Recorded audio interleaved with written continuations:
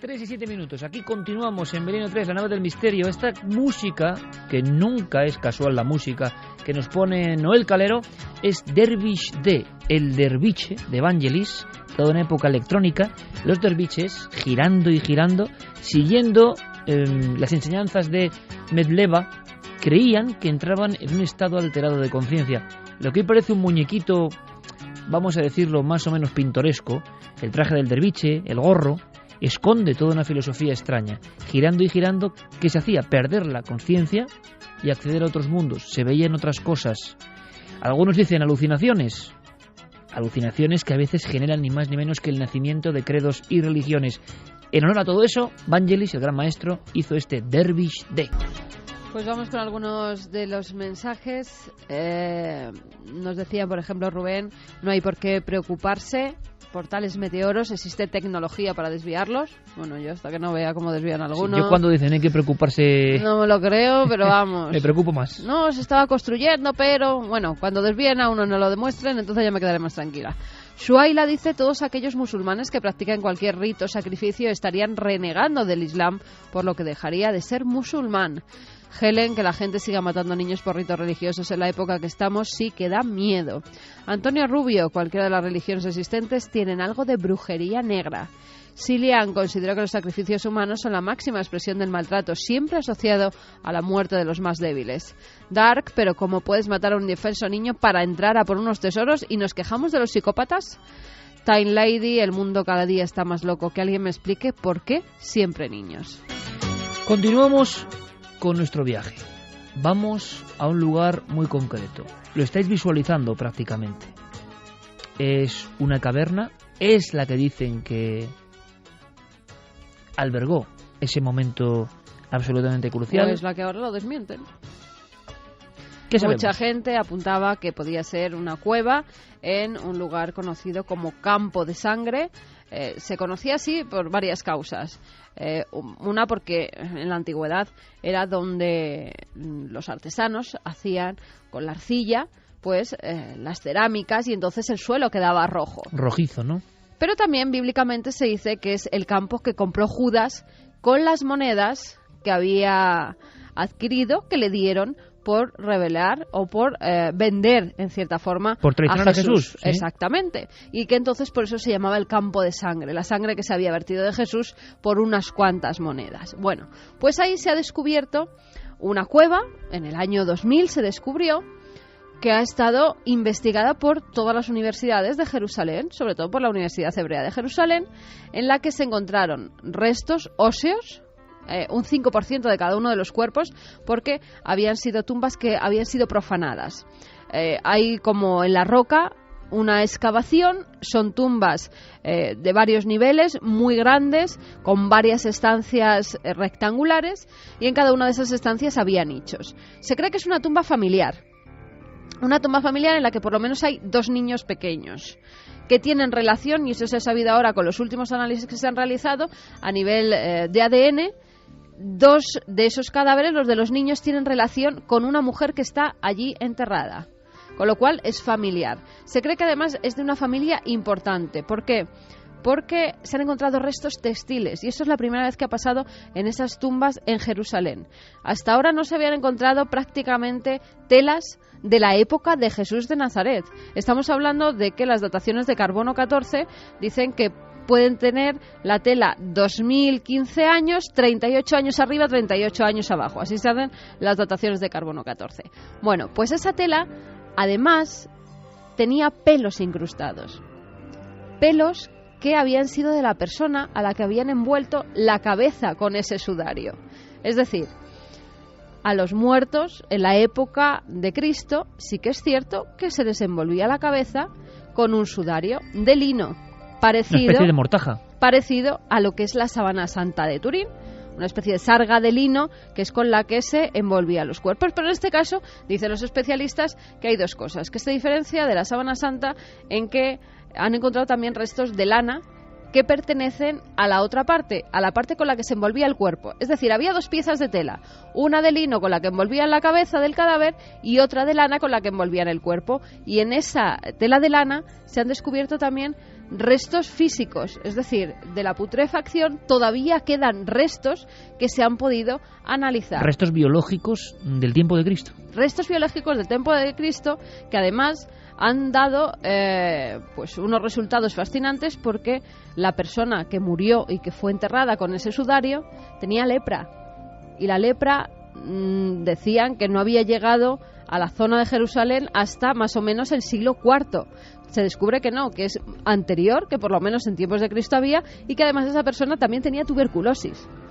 O sea, han salido a la luz dos hallazgos científicos que ni se conocían en esa zona de Jerusalén.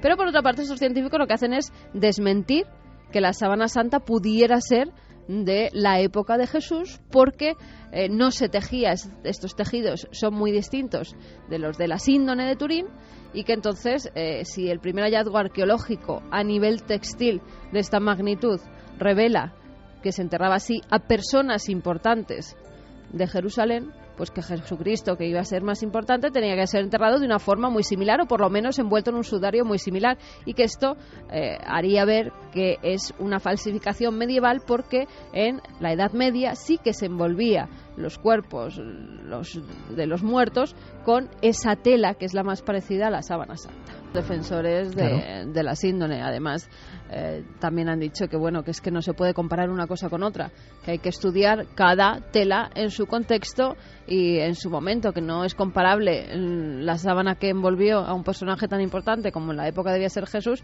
que a una familia que estuviera, por mucho dinero que tuviera o por muy importante que fuera, pero que fuera una familia normal de Jerusalén. Desde luego las telas, digo que son curiosas y también peligrosas. Hubo un tiempo, ya sabéis todos, la famosa teoría de que la maldición de los faraones pudo estar provocada por ciertos elementos, hongos que estaban ahí agarrados de alguna forma a algunos de los últimos jirones, ¿no?, del mundo faraónico, y que eso provocó muertes y más muertes. Es menos conocida la historia de las muchísimas muertes, hablábamos antes del mal de Huaca, que acontecen, por ejemplo, en los desiertos del Perú. Es la cultura de las pirámides del otro lado del mundo, ¿no? Durante un tiempo, lo recuerdo muy bien, se puso muy de moda tener los grandes fardos de momias en galerías de importantísimas personas. Se pagaban, y se siguen pagando, millonadas por las telas de colores, sobre todo las telas de los llamados paracas y paracas cavernas, que eran una cultura aparentemente ancestral y con poco argumento tecnológico, pero que hacían unos prodigiosos mantos de pluma que realmente se mantenían intactos a pesar del paso de los milenios. Piezas de 2.500 años, 2.600 años, y que uno desenfardelaba, es el proceso de, como si fuera especie de rollito, extender la momia, y decían, qué maravilla, qué colores, cómo es posible. Y eso, hace unos años, empezó a ganar adeptos, ¿no?, entre los gerifaltes que mueven el mundo de las antigüedades, la arqueología, y sobre todo mucha gente muy snob que decía, qué bonito queda este gran fardo funerario de momia paracas en mi salón, pero también han pasado cosas más oscuras.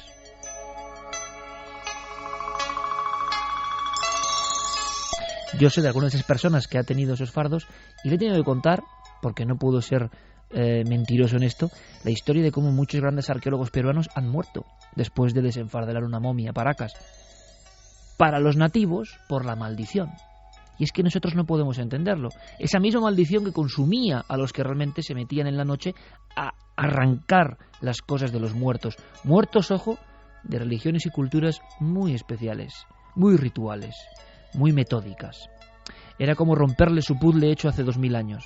Y eso pesaba en la gente. Pues bien, el gran investigador incluso de la arqueología peruana, el más importante descubridor junto con Max Uhle, que es Julio César Tello. Los grandes museos del Perú están con su nombre. El monolito Tello, las grandes ciudades del Perú antiguo descubiertas por Tello. Pero poca gente sabe de qué murió Julio César Tello. Y es que Tello, un día, con una de estas momias paracas cavernas o momias de la cultura paracas, desenfardelándola, no tomó precauciones. Ya en la época se ponían unas mascarillas de papel, porque claro, había todo tipo de microorganismos, pero cuando uno se confía, como pasa en todos los órdenes de la vida, empieza a hacer las cosas diciendo, bueno, como el que conduce y lleva un año conduciendo. Lo hemos hablado muchas veces, ahí empieza el umbral del peligro, cuando uno se cree que no pasa nada y que controla perfectamente. Es cuando ocurren los accidentes, no al principio, cuando uno va absolutamente atenazado por su propio miedo, que a veces le defiende de las cosas. Bueno, pues con Julio César Tello, una momia pequeña, significante, como las 3.000 que había desenfardelado. Pero esa momia tenía su secreto y, según cuentan todavía los nativos, era el pago por haber roto la paz de los muertos Paracas. De inmediato, una infección, un hongo, científicamente un hongo, fantásticamente una maldición, acabó con su vida con dolores terribles además. Es decir, ha habido gente de los más importantes de la historia, no solo la maldición de Tutankamón, sino otros muchos que han perecido pues por desenvolver lo que nos parecen humildes telas. O sea que las telas son archivos del tiempo que tienen mucho más. Vamos a hacer una cosa, vamos con otra información breve, porque ha ocurrido algo a nivel del espacio. Yo creo que es importante en este punto del programa, porque estamos comprobando, viendo y viviendo cómo no sabemos nada de casi nada. Hemos escuchado 1000 veces las posibilidades de vida en nuestras inmediaciones cósmicas, ¿no? Pues hay otra noticia, y esta noticia tiene un dígito, tiene un número que ya nos deja, por lo menos a mí, boquiabierto. Se ha hablado mucho de algunos planetas con posibilidades para la vida, ¿no? Bueno, este es el último estudio, la última hora. De verdad, amigos y amigas, alucinado. Un asteroide con el nombre de un terrorífico dios egipcio, Apophis, pasó este miércoles a tan solo 14 millones de kilómetros de la Tierra. La roca, de 270 metros de diámetro, viene siendo vigilada por las agencias espaciales de todo el mundo, dado que su eventual impacto contra nuestro planeta supondría una catástrofe similar a la que acabó con los dinosaurios hace 65 millones. Este era Apophis, que lo habíamos escuchado antes, el terrible dios egipcio, es una roca, es el espacio, pero no, es otra cosa. Carlos Cala nos cuenta. 17.000 millones. Ese es el número de planetas de tamaño similar a la Tierra que, según una estimación de la NASA hecha esta semana, existen en la Vía Láctea. 17.000 millones de tierras potenciales solo en nuestra galaxia que abren una nueva perspectiva sobre la búsqueda de vida y, lo que es más fascinante aún, de posible vida inteligente. La noticia ha saltado en el transcurso de la 22ª reunión de la Asociación Americana de Astronomía, que se ha celebrado esta semana en California y en donde se ha precisado también que ya se dispone de un catálogo de 461 mundos detectados. Esto es, de planetas que orbitan a la distancia precisa de su estrella para permitir la presencia de agua líquida y, por tanto, de vida. Pero recuerden otra vez la primera cifra. Ahí fuera se calcula que hay 17.000 millones de planetas, 17.000 millones de posibilidades de no estar solos. Lo ha dejado clarísimo Carlos Cala, ¿no? 17.000 millones. Ojo al dato porque es inimaginable. 17.000 millones de cosas, aunque sean células, no las podemos imaginar. Carl Sagan tenía una frase que era extraordinaria y genial para explicarnos la cantidad de cosas en el universo. Estrellas, aunque no tengan vida, ¿no? Algunas de ellas. Estaba en una playa, en Cosmos, cogía un puñado de arena y lo acercaba a la cámara. Y luego decía, ¿veis esto? Hay más estrellas en nuestra galaxia, es que hay que imaginarlo, que granos de arena, no en esta mano, sino en todas las playas del mundo. Y claro, imaginar los granos de arena en todas las playas del mundo nos da un número que nadie puede ni comprender. Bueno, pues eso es el misterio del universo. Hace apenas un lustro casi nadie hablaba de planetas con condiciones para la vida. Ahora tenemos un dato, 17.000 millones. Antes de ir con el Claro No y con las arañas y luego a México, Venezuela, se está hablando, quizá tenga algo que ver con misterios del universo, desapariciones, Triángulo de las Bermudas. Aunque sea brevemente, teletipo Venezuela hoy. Mira, Iker, un periódico venezolano, Panorama, publicaba la noticia. Ha desaparecido una avioneta el 4 de enero y el titular era: los vi justo delante de mí cuando fue tragado por una enorme nube. Es un piloto que justamente iba detrás de la avioneta bimotor Britten Norma que despega de Los Roques, y en esa avioneta van 4 personas más el piloto y el copiloto. Una de esas personas es Vittorio Missoni, uno de los dueños de la firma de ropa Missoni, que es firma italiana, en todo el mundo, ¿no? Importantísima en todo el mundo. el 4 de enero, después de pasar unas vacaciones en la isla de los Roques con su mujer y con otro matrimonio italiano, deciden coger un avión, una avioneta que los lleve hasta Venezuela. Como estaban casi todas ocupadas, contratan a nivel privado esta. Las 6 personas se suben a la avioneta y lo último que se sabe de ellos es lo que dice este piloto, que se meten en una nube y no se sabe absolutamente nada más. No han aparecido ni los cuerpos, ni la avioneta. Está gran parte de los servicios de rescate italianos que se han ido hasta Venezuela, porque es una figura muy importante en Italia para ver si pueden rescatar a algún cadáver, si es que, o por el contrario, pueden encontrar restos de esa aeronave. Pero es que ya empiezan a llamarlo la ruta maldita. ¿Qué pasa? ¿Que había pasado más veces? Y la fecha maldita. Tú fíjate, ellos desaparecen un 4 de enero del 2013, hace unos días. Pero es que el 4 de enero de 2008 desaparece una avioneta con 14 personas. 12 tripulantes, el piloto y el copiloto, en el mismo punto en el que ha desaparecido la avioneta que llevaba al Misoni. ¿Y se ha encontrado? No se ha encontrado absolutamente nada, Iker.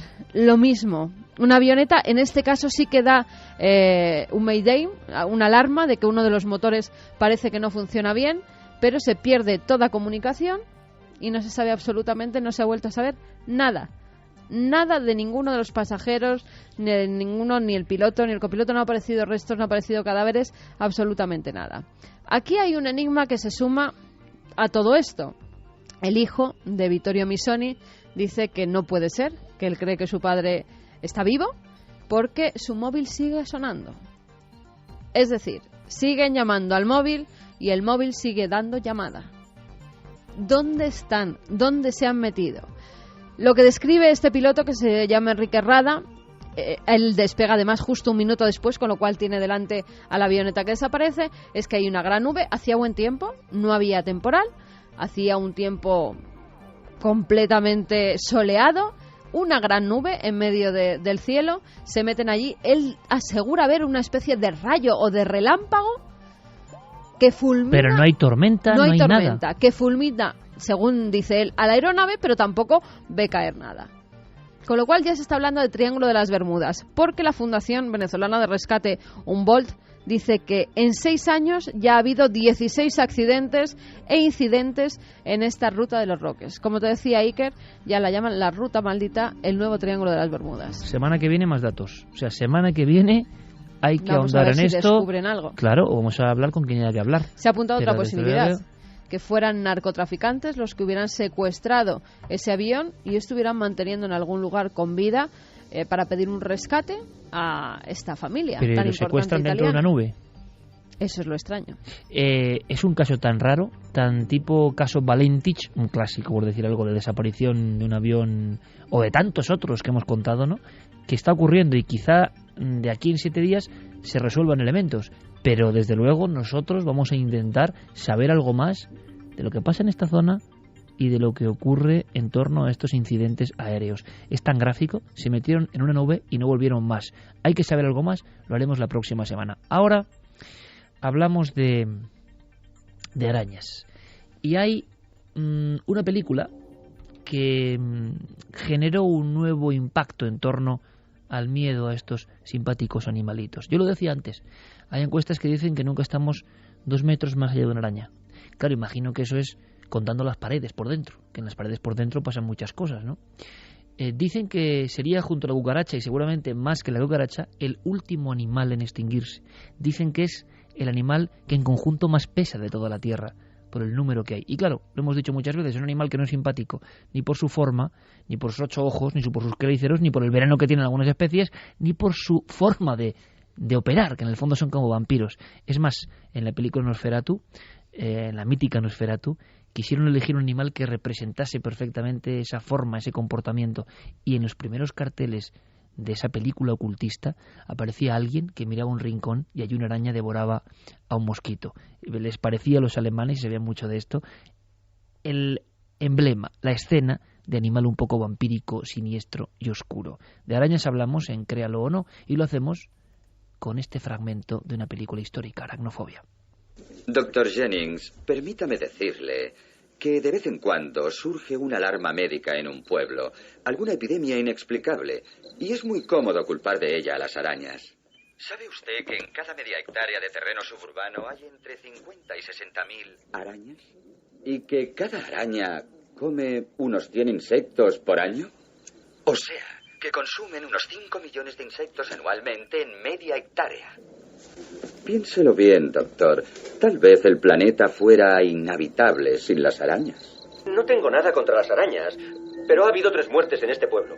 Y mucho me temo que va a haber alguna más.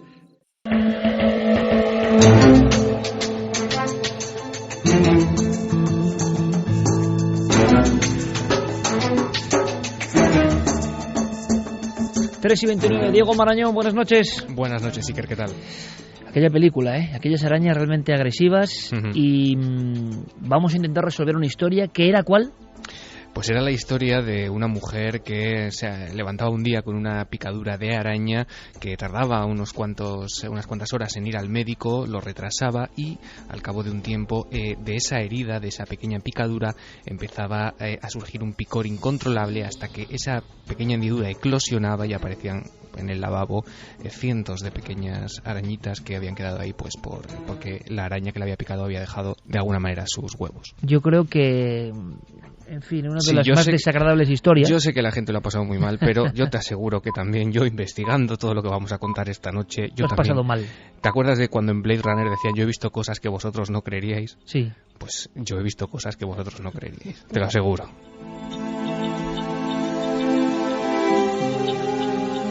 ¿Dónde estará el maldito libro forrado en una extraña piel de donde saca todo este mundo delirante, Diego Marañón? Un día hay que localizar, hay que hablar de la existencia de ese libro en sí. De momento el libro es digital, es una encuesta. ¿Qué decía nuestro público? Pues la gente se lo creyó. 63% dicen que es una historia verdadera y 37% que es falso. Noel Calero dijo que era falsa, ¿verdad? No, que era verdadera. Que era verdadera, dice ahora. Yo no sé si me hace trampa. Fermín dijo que era falsa. Fermín dijo que era falsa. Muy bien, Diego. Ya sabemos que Fermín, lo que diga Fermín, es justo lo contrario. Fermín, sí, es un oráculo también. El oráculo contrario. Sí. Bueno, todo parece indicar y después contamos qué es lo que de alguna manera puede ser cierto de esa historia, pero tal y como nosotros lo contamos, Iker, ese montón de arañas saliendo de esa pequeña herida es prácticamente imposible, por no decir imposible del todo. No, pero vamos a ver, Diego, sí, o sea... dime. O sí o no, porque si no la gente va a empezar a decir, ¿esto qué es? Lo que contamos nosotros, no. Eso es lo que me importa a mí. Lo que contamos nosotros, no. Así que el premio se lleva a Fermín. O sea, nos ha engañado a todos, Fermín. Lo que contamos nosotros es falso. Es imposible que las arañas puedan vivir dentro de nuestra piel y que puedan de alguna manera depositar sus huevos en ese ambiente. Ese ambiente no tiene oxígeno. Las arañas no ponen huevos en seres que tienen signos vitales. Pues es uno de los mitos más reconocidos y reconocibles del mundo, yo creo. La araña que pica y deja huevos. Pero fíjate que desde su propia definición se puede más o menos intuir, porque las arañas no son parásitos, son seres depredadores que de alguna manera se alimentan pues de otros insectos que han muerto, ¿no? Entonces, ¿no te pueden ir comiendo la carnecilla así por dentro? Eso, ahí es donde yo voy, Carmen, ahí es donde yo voy.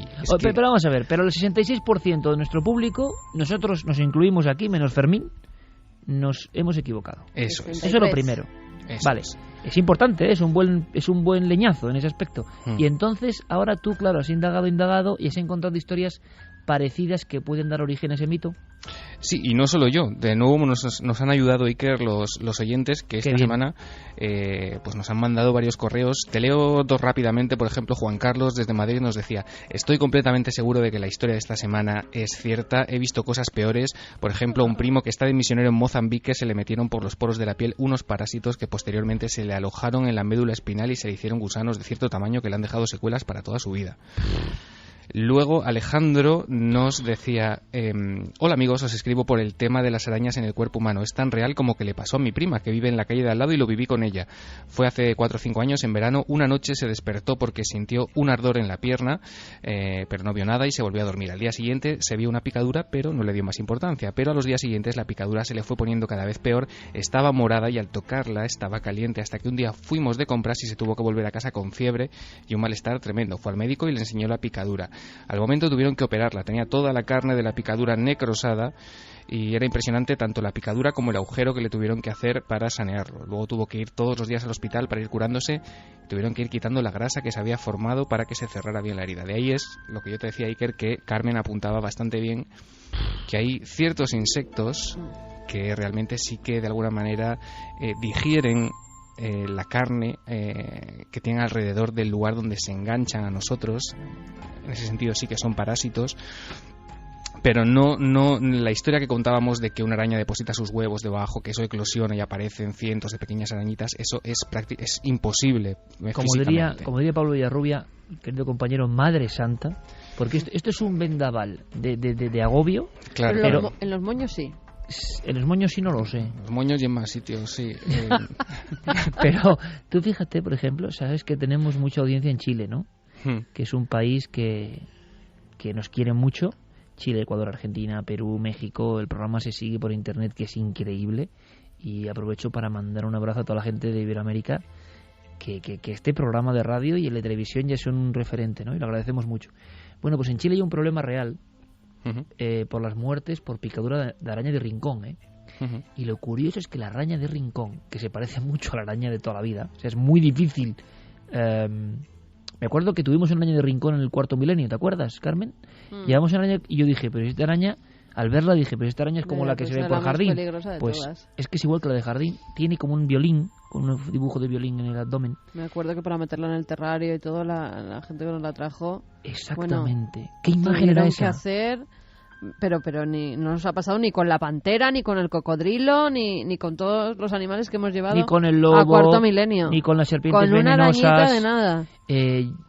Qué buena esa escena. Sí. Los especialistas que a veces traen, sobre todo traían animales a cuarto milenio para que viésemos cosas, el monstruo de Gila, que te pega un mordisco y vas al cementerio, vamos. Bueno, pues más o menos lo cogían, lo quitaban. Pero esta arañita en un bote, esta arañita que parecía la de jardín, la marrón de jardín, oye, tuvieron que sacar guantes, unos guantes especiales, una especie de tenazas que no para a tocarla, claro, en ningún momento y yo la veía y decía, que araña más humilde, ¿no? Inidentificable. Bueno, pues otro elemento, y en Chile lo saben bien, y si busquéis información de la araña de rincón en Chile, es que en Chile el hábitat de la araña se ha ido modificando o se ha especializado en casas. No está en los campos. Se ha especializado en casas y por muy limpia, reformada y absolutamente, bueno, pues en las sombras y detrás de los cuadros. Y ha habido muchos ataques e incidentes con esta araña, que no es araña tarántula, que no es araña... Y muchas veces, y esto va a poner los pelos de punta, pero lo digo porque hay bibliografía y noticias, ¿sabéis dónde le ha dado la arañita en Chile por esconderse? En el retrete, de alguna forma. Vaya por Dios. Y entonces cuando uno se sienta, ataca. Pues sí, pero es que, cuidado, que es que te puede matar. Es algo parecido. Es que es una gracia... Es algo parecido a lo que ocurre con otro pequeño insecto que no es una araña, una cara Noel, sino un insecto de la familia de los ácaros, que fíjate, su nombre científico es Tunga penetrans. Imagínate lo que puede hacer esto. Tunga penetrans. Sí, se llama en inglés chigger. Es una especie de ácaro muy pequeñito, de color rojo, mide 1 milímetro de largo. Y lo que hace este insecto es lo que apuntaba Carmen. La hembra pues se engancha, digamos, sobre todo en la zona de los pies y de los tobillos y causa una inflamación nodular que se ulcera. Se va ulcerando poco a poco. No se sabe, de hecho, los científicos aún no saben exactamente cómo ese insecto penetra en la piel, pero se observa que la piel pues crece sobre la hembra, quedando esta incluida en una cavidad con un orificio diminuto, que es lo que, digamos, se conoce como la picadura y que es lo que vemos en el exterior. Chigger, con doble G, si la gente lo quiere buscar, desde luego las imágenes son bastante desagradables. El horror sobre el horror. ¿Hay incidentes con arañas? Nuestros amigos nos cuentan cosas también a nivel de comunicación, Nuestros Carmen. amigos, mientras se rascan, igual que yo, pues están comentando muchas cosas. Mira, Sonia López dice, a mi hermano se le metió debajo de la piel una garrapata. Sí, claro, pero una garrapata lo entiende. Calla, una araña... no lo entiendes. Tenía 42 de fiebre, se moría y no sabían de qué. La tenía en la nuca debajo del pelo. Su padre. Ahí está, su padre, el de la garrapata, exactamente. Antonio Rubio dice, es falso, pues a mí me picó el año pasado, en el mes de noviembre, me salieron unas pompas y ahora tengo una herida, pero no salió nada. Así que, por menos mal que no te salió nada. Lo dice con mucha tranquilidad, lo de las pompas. Yo veo lo de las pompas y vamos. Madre mía. Silvia Velasco dice: la mayoría de arañas son inofensivas, pero no aguanto toda esa cantidad de patas y ojos. Algunas son de pelo duro. Sara, yo recuerdo que en la tele se veía un hombre que tenía un gusano en el dedo gordo del pie y me marcó de por vida. Sí, ha sido una semana. Yo recuerdo dura. a un hombre de nuestro equipo que también tenía gusanos en los dedos gordos del pie. Después de una investigación en... ¿Dónde era Javi? ¿En Brasil? Amazonía. Sí, en la selva amazónica. Sí, en la selva amazónica. Uf. Sí, lo pasó fatal además, uno de nuestros cámaras. Y decías que has indagado, Diego, aunque sea rápidamente antes de la siguiente historia, que también es desagradable, sobre ataques de arañas. Sí, sobre todo leyendas urbanas protagonizadas por arañas, empezando por la mítica araña camello, Iker, que hace unos años estuvo tan de moda, ¿no? En esos vídeos de internet se empezaron a propagar rumores y exageraciones, cada cual pues... Pero que el bicho existe y es terrible. Sí, el bicho existe, pero claro, se decía que las arañas camello que alcanzaban 40 kilómetros por hora, se empezaron a decir cosas que realmente pues no... Y fotos muy sobredimensionadas que parecía que eran mucho más grandes, ¿no? Claro. Bueno, las arañas camello existen, miden entre 10 y 12 centímetros y bueno, realmente no tienen ningún veneno, no saltan, no son venenosas. Sí, pero no... estas parecían... solífugos, ¿no? Efectivamente. Luego hay otras leyendas, Iker, y algunas te vas a sorprender. Por ejemplo, el 10 de mayo de 2007, teletipo de la agencia Associated Press. Te leo un poco, sí. Lee. Estamos todos aquí con el alma en vilo, lee. Pues luego, además, esto se publicó en medios tan serios como el USA Today. Bueno, un par de arañas del tamaño de una goma de lápiz hicieron un nido en el oído izquierdo del niño Jesse Courtney de Albany, estado norteamericano de Oregón, que estuvo un tiempo quejándose de que a veces escuchaba ruidos apagados en su cabeza. Cuando su madre lo llevó al médico, este vio algo y le aplicó un lavado. Sacó muerto al primer arácnido y el segundo procedimiento extrajo el otro ejemplar todavía vivo, los cuales Jesse se llevó como souvenir y por supuesto enseñó a sus compañeros de aula. Oía un cri-cri o algo. Oía un extraño sonido dentro de su tímpano y al parecer pues tenía 2 arañas. Esto parece ser que es real, porque de hecho yo ahora mismo estoy viendo la foto de Jesse enseñando el botecito con sus 2 arañas, con lo cual luego si quieres lo tuiteo para que la gente vea que la noticia existe y que el caso realmente se publicó. Lo que no es cierto, y que es otra de esas leyendas urbanas que circulan por ahí y que dice que durante toda nuestra vida nos tragamos unas cuantas arañas mientras dormimos. Sí, esa la hemos escuchado muchas veces. Claro, pues fíjate, esto es un rumor que lanzó la periodista Lisa Holt en 1993 para precisamente testar la capacidad que tenía un rumor o una leyenda urbana de propagarse. Pues fíjate, 20 años después, esto sigue cruzando el globo. Pero porque es creíble, ¿te lo crees? Bueno, sí, pero los entomólogos, que son los que tienen la última palabra, digamos, siempre han negado esto. Oye, y dame un poco de alivio. ¿Y lo que he dicho yo tan seguro de que estamos a 2 metros de una araña siempre? ¿Eso también es leyenda urbana? Bueno, pues ahí me has pillado. Vale, pues lo veremos. Dejémonos de arañas porque está ya la gente poniéndose muy nerviosa. Sí, y si alguien tiene un tronco de Brasil cerca, pues que también huya. Pero es que lo que contaba Javier, es que él le pasó. En Ciudad Real. Y con troncos del Brasil también, ¿eh? Cuando llegué ese ¿Troncos domingo, de Brasil o de Ciudad Real? No, de Ciudad Real, pero allí llegaron los troncos del Brasil también. Bueno, ¿pero podían ser plantados en Ciudad Real? No, venían de Brasil exportados, aunque no tenía que esos viveros luego hicieran sus propias plantaciones. ¿Sí? Bueno, nos reímos, pero en 1985 para los supermercados británicos Marks and Spencer fue un año trágico, porque tuvieron muchísimos problemas con los troncos de Brasil y con la yuca, porque este rumor se extendió muy rápidamente y tuvieron que dar muchísimas explicaciones. Y esas arañas de rincón de las que tú hablabas, yo leía también en los periódicos que otro de esos sitios en los que les encantaba cobijarse porque eran oscuros y calentitos eran las zapatillas de estar por casa, y más de uno y más de dos se habían llevado la terrible sorpresa de ponerse la zapatilla con la araña puesta. Y con cucarachas también pasa. Sí, pero la cucaracha no pica. Y la araña pero da un pica. asco meter la zapatilla, la meter araña de la rincón, zapatilla pero acuérdate la araña de rincón, que es que la trataban como si fuese un elemento radioactivo. A mí me impresionó, ¿no? Gente que maneja un cocodrilo como si fuese un perrito, y la arañita esa era como una muestra de otro mundo, vamos. En fin, lo dejamos ahí de momento. Nos dice Pablo Villarrubia, madre santa, Iker, las arañas. ¿Lo ha dicho Pablo? ¿Está oyéndonos Pablo ahora? Pablito, sí. Es que yo he dicho Madre Santa, recordando... Pues él ha visto muchas arañas en su vida. Mañana hay un reportaje de Pablo Villarrubia. Mañana hay un reportaje de Pablo Villarrubia de quitarse el sombrero. De verdad, de lo mejor que hemos hecho. Titanic español, no digo más. Y Pablo en la selva descubriendo unas tumbas con una historia increíble. Gran trabajo de hermanito Pablo Villarrubia, que de verdad mañana merece toda vuestra atención. El Titanic español, el Príncipe de Asturias, una historia que ha llevado a Pablo a Punta Pirabura, a uno de los lugares más peligrosos, con unos remolinos increíbles, y a conocer una historia de espíritus, de naufragio y de muerte, por desgracia, que es brutal. Mira, os voy a contar una escena, es que esto me ha dado pie, rápidamente, una escena de 10 segundos, y en 10 segundos está todo contado. Lo adelanto. En ese naufragio con cientos de españoles muertos y desconocidos, un hombre ve que su hijo está a punto de ahogarse en mitad de la oscuridad, lo recoge, lleva su chaqueta, y entonces llegan a una isleta, amanece, exhaustos, se da cuenta que no es su hijo, ha salvado a otro niño, pero no a su hijo. Es una historia brutal, está todo dicho, ¿no? Ese tipo de historias, con nombres y apellidos, mañana, gracias a la labor de Pablo.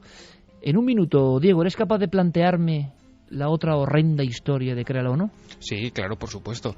Nos vamos a ir hasta Estados Unidos, sí, que era el estado de Texas, ¿vale? En ese estado de Texas, como en todo Estados Unidos, hay un montón de cadenas de establecimientos de comida rápida. Bueno, pues esta pareja, estamos hablando de una pareja que llega a ese local, que aparcan y ven que muy cerca de la entrada hay una ambulancia con las luces encendidas, en silencio. Todo parece que lo gordo, lo que haya pasado, ya ha pasado.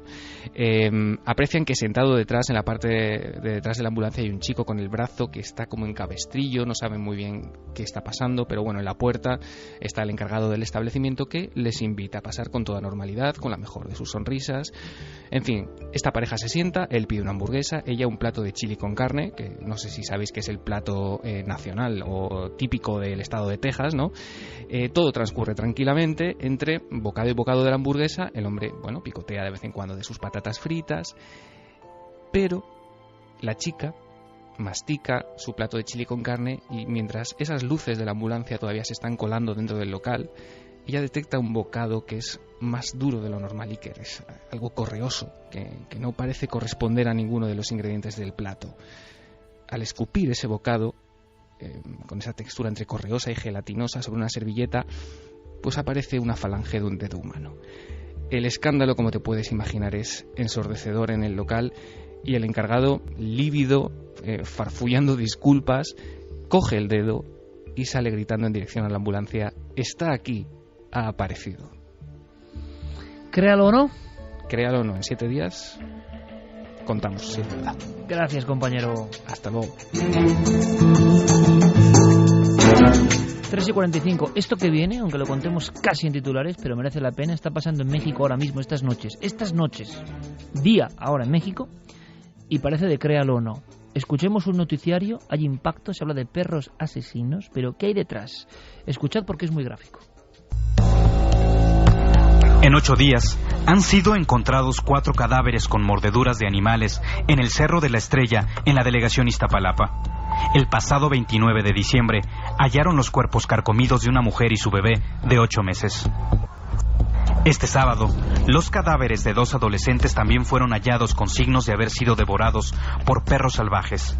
Pero los vecinos aseguran que en los últimos 2 meses han encontrado por lo menos 6 cuerpos.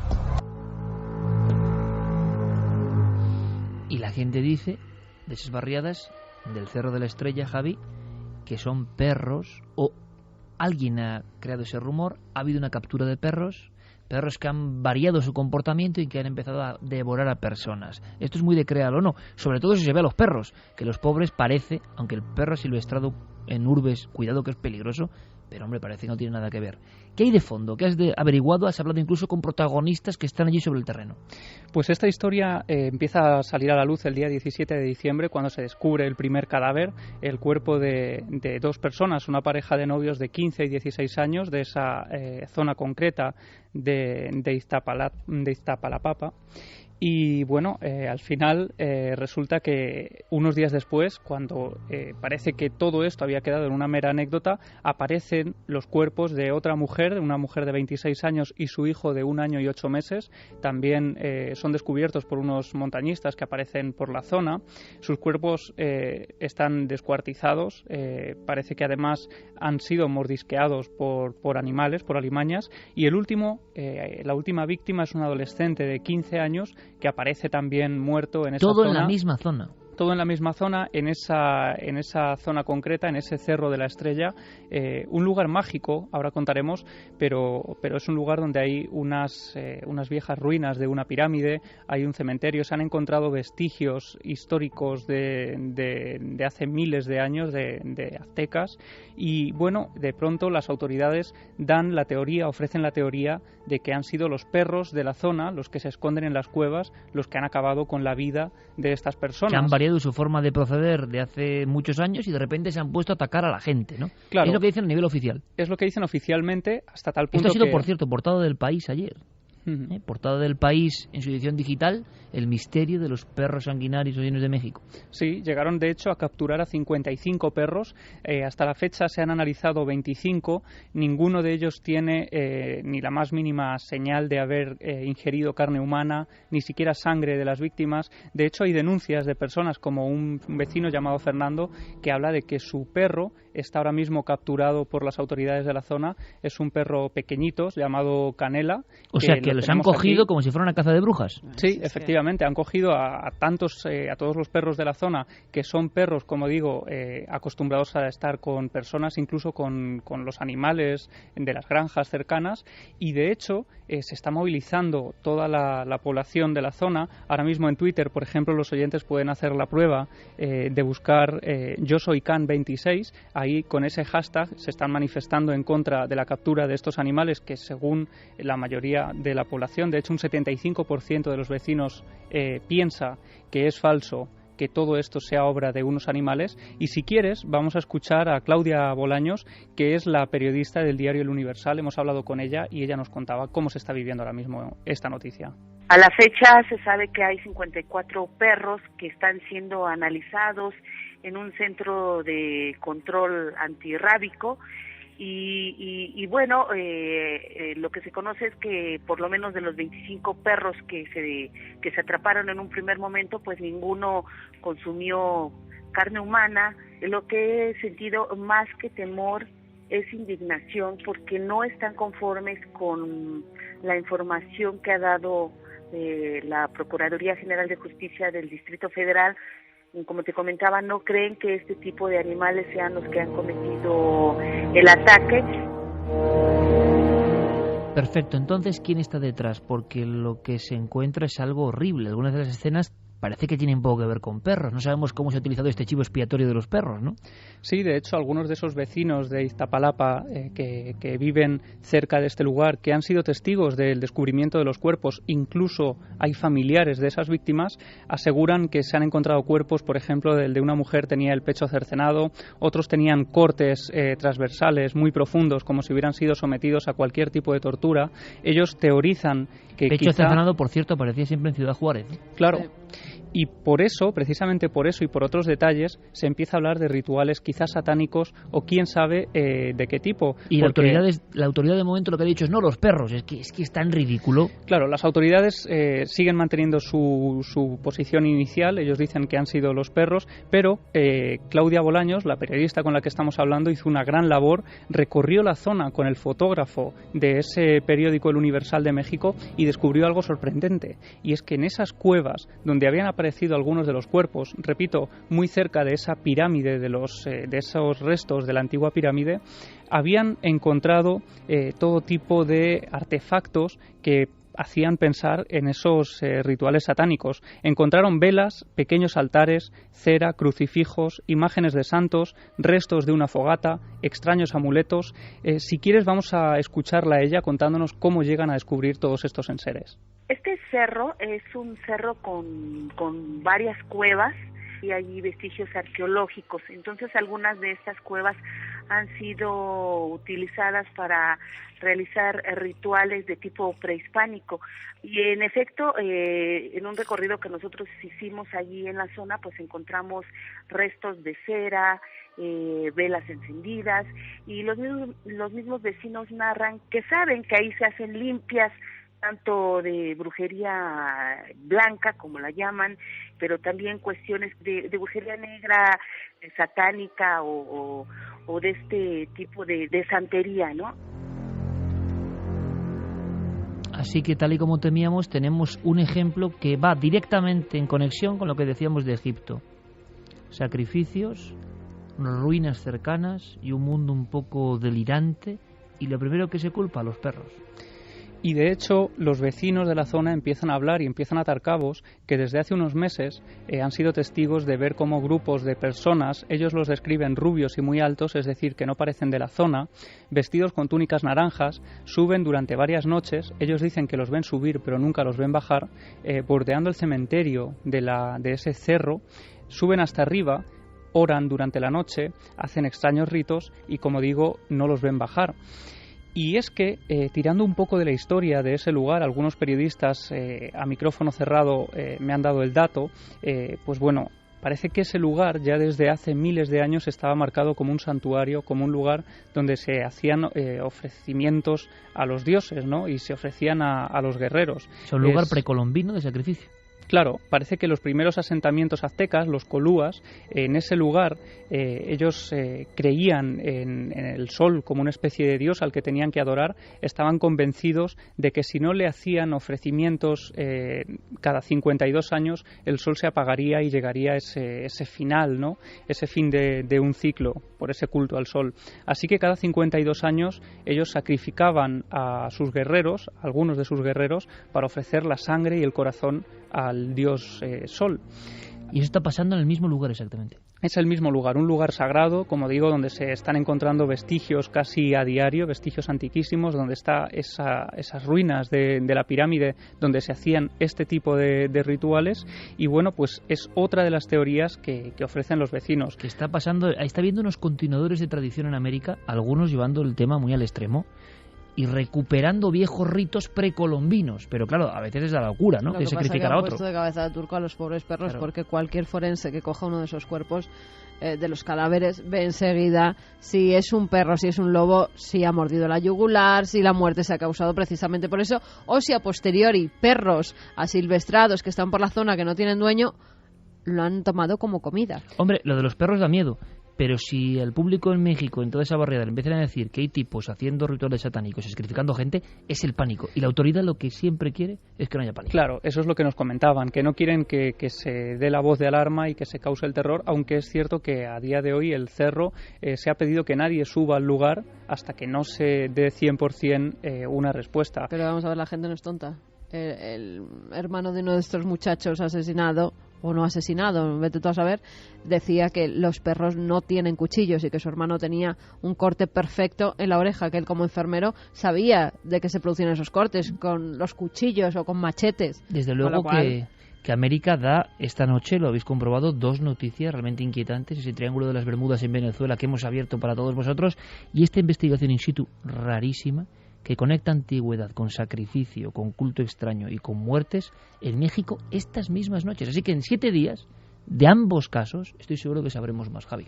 Y me quedo con una última frase de una de las vecinas que vive justo al lado del lugar donde se han encontrado los cuerpos, como muestra de que ya desde antaño se conoce ese lugar como un sitio mágico. Ella decía, acá en el cerro pasan muchas cosas, pero muchas y muy anormales. 3:56, cogemos nuestros bártulos, vamos desconectando un poco la nave y preparamos toda la energía e ilusión para hacer en 7 días otro encuentro con todos vosotros. Mañana os invitamos a ese increíble viaje, dramático y misterioso, de verdad, en Punta Pirabura, Triángulo de las Bermudas de Brasil, por cierto, con libros publicados sobre eso. Punta Pirabura. Ha mandado Pablo Villarrubia una foto que sacó él en Brasil, que es que de verdad es para echarse a correr, Pablo. Yo no una araña cómo... tigre, ¿no? Sí. Una araña... Impresionante. Pero terrible. Pues mañana, de unas dimensiones, solo os digo una cosa. Nuestro amigo, nuestro compañero Pablo, se la jugó bien, ¿eh? Se la jugó bien siguiendo el tema Príncipe de Asturias de técnica español. Y lo vais a ver en mitad del remolino, de alguna forma. Mañana, entre las 11:30 y 12 menos cuarto, en 4. Y fijaos, una cosa interesante, ¿no? Hablábamos de la terrible... epidemia de feminicidio, de muertes de mujeres en Ciudad Juárez, que parece que ha ido menguando por lo que dicen. Recibimos hace poco un mensaje de un chico de 22 años de Ciudad Juárez que a mí me impresionó, quiero mandarle un fuerte abrazo, porque uno nunca sabe a dónde llega el programa Milenio 3, y en mitad de ese caos de muertes, de pechos cercenados, de tumbas en el desierto, de huesos en el desierto, había un chico que iba creciendo en mitad de todo eso con Milenio 3, que nos agradece todas las noches pasadas a través de internet, ¿no? Siguiendo en cadenaser.com, en ikerjiménez.com el programa, y uno no se lo imagina, ¿no? Oyentes en mitad de ese caos terrible que se ha vivido en Ciudad Juárez, donde ahora dicen que la cosa va mucho mejor. Mandamos un fuerte abrazo a este amigo y agradecemos ese eco, ¿no? Uno no se imagina, habla de casos y de lugares como míticos, ¿no? La criminalidad en Ciudad Juárez, y no se ve que hay gente, público, escuchándonos desde ahí y pasando buenas y malas noches con nosotros. Así que muchísimas gracias por esa fidelidad de miles de kilómetros. Acabamos apenas con un minutillo de mensajes. Pues Iria nos dice, es indignante que haya pruebas claras de que los perros no han matado a esas personas y aún así quieran sacrificarlos. Mariana Hernando, deberían investigar más a fondo antes de echarle la culpa a los perros, que es lo más fácil. Teresa, flipándolo con lo de los perros, desde luego toman a la población por idiota. Jefferson, perros atacando y matando personas, difícil creerlo. Esther García dice, esto parece el mito actualizado de la bestia de Gebaudán. Sí, señor. Javier Requena, yo me he encontrado con perros sueltos mientras salía a correr por caminos rurales cercanos, mastines y podencos, pero los he ahuyentado.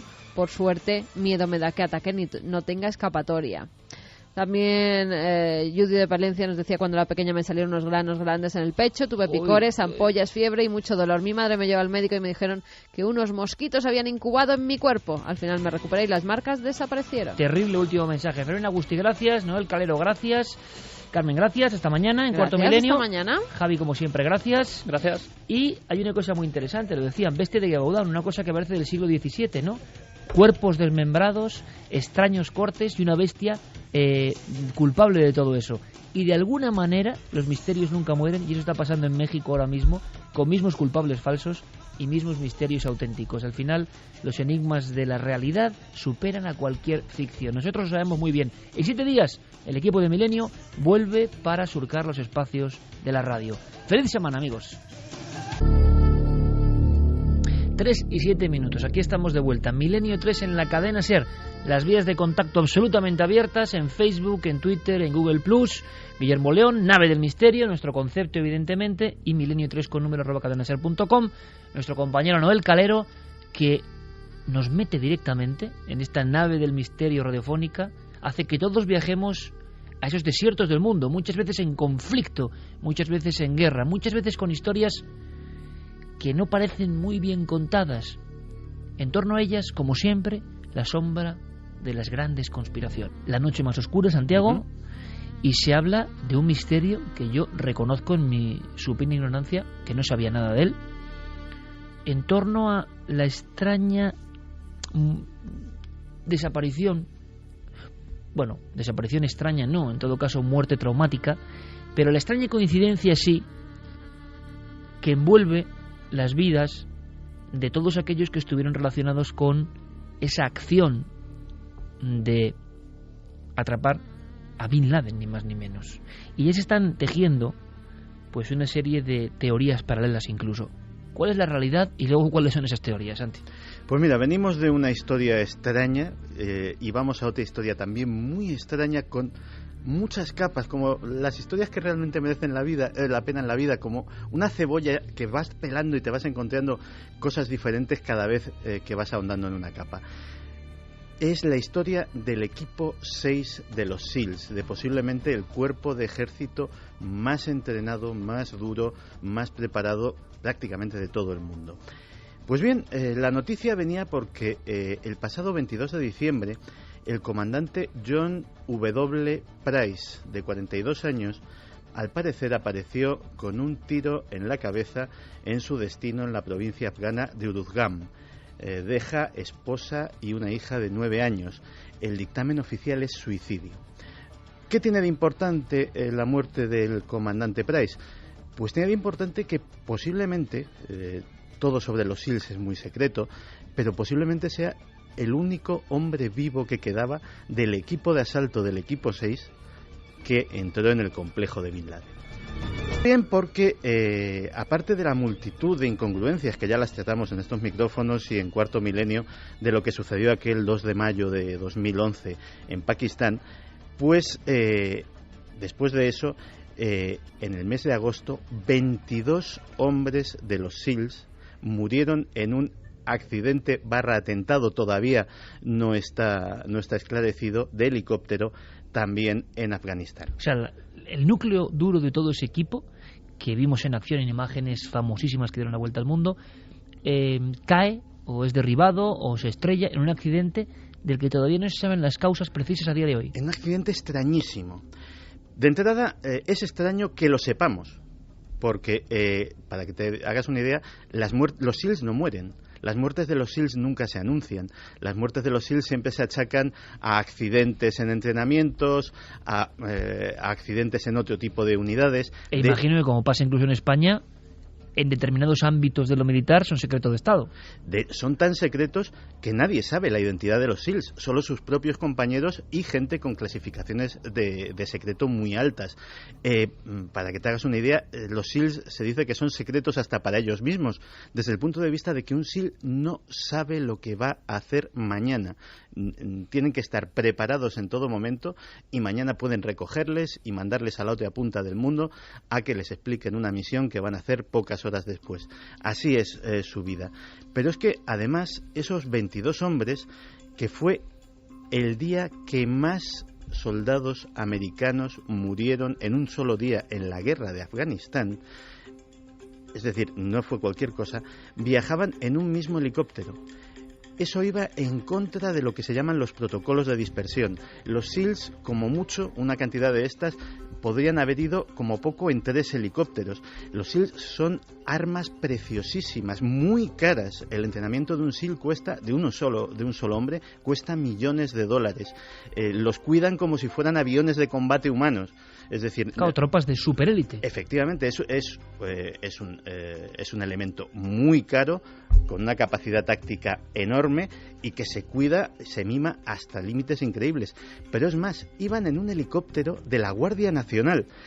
Los SEALs tienen sus propios helicópteros blindados. Para hacernos una idea, la diferencia entre un helicóptero de los SEALs que estaban disponibles aquel día y el helicóptero en el que presuntamente iban es como si cogemos una furgoneta de reparto de pan y la comparamos con un carro blindado. Pues esa diferencia en el blindaje es la diferencia que hay entre esos dos tipos de helicópteros. Un helicóptero normal de los SEALs aguanta perfectamente el impacto de un lanzagranadas, que al parecer fue lo que derribó este helicóptero.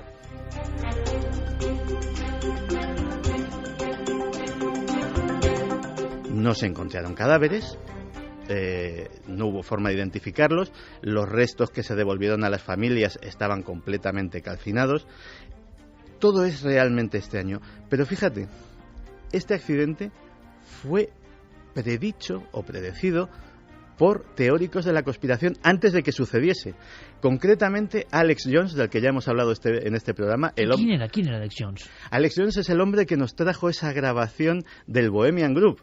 Es un famoso teórico de la conspiración estadounidense y dijo: un gran número de SEALs va a morir en un accidente de helicóptero en breves fechas. Lo dijo semanas antes. ¿Y está documentado? Sí, está perfectamente documentado. En vídeo, o sea, lo colgó en YouTube antes de que sucediese. ¿En qué se basaba? Se basaba en el testimonio de un hombre llamado Bashir, que fue entrevistado por la televisión pakistaní y que al parecer fue testigo presencial desde una loma de todo el asalto al complejo de Bin Laden. Como bien decía Santiago, si lo de Pons Prades era raro, esto también ya alcanza unas cotas, y esto es muy reciente. Primero, desde una loma, que alguien vea toda esa escena, claro, puede ocurrir, ¿no? Nos parece que estamos viendo escenas que están perimetradas por seguridad, y no, están pasando en mitad de un poblado. Y entonces, a raíz de este testigo excepcional, o único testigo, se teje esta conspiración, y el amigo de las teorías, vamos a decirlo al margen del oficial, se atreve en vídeo a decir que va a haber un accidente, y hay ese accidente. Sí, porque ¿qué decía este buen hombre? Bashir lo que decía era que lo que vio esa noche no concordaba para nada con la versión oficial que dio el gobierno estadounidense. Efectivamente vio aparecer 3 helicópteros, vio durante 40 minutos que hubo un enfrentamiento armado en aquella casa, se oían los disparos, se veía gente, se notaban los fogonazos, y después vio salir a los soldados e introducirse en los helicópteros. La versión oficial dice que uno de los helicópteros falló y que fue abandonado y destruido para que no cayera en manos del gobierno pakistaní.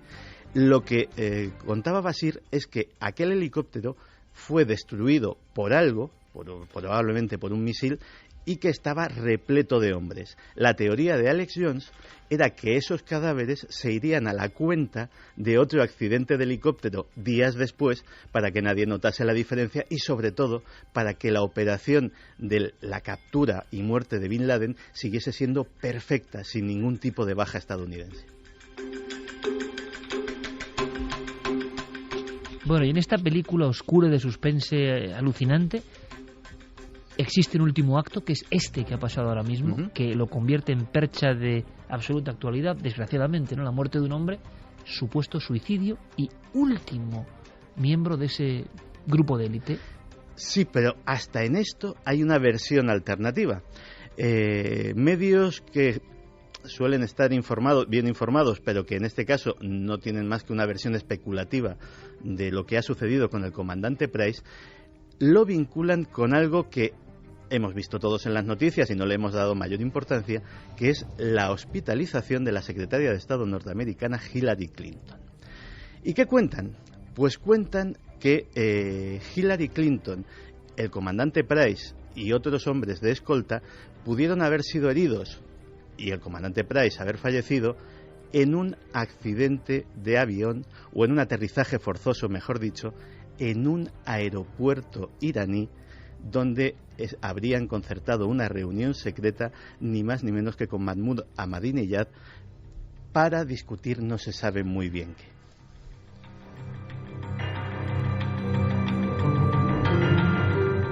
¿Situación actual, por tanto, del enigma de Bin Laden y de las últimas muertes?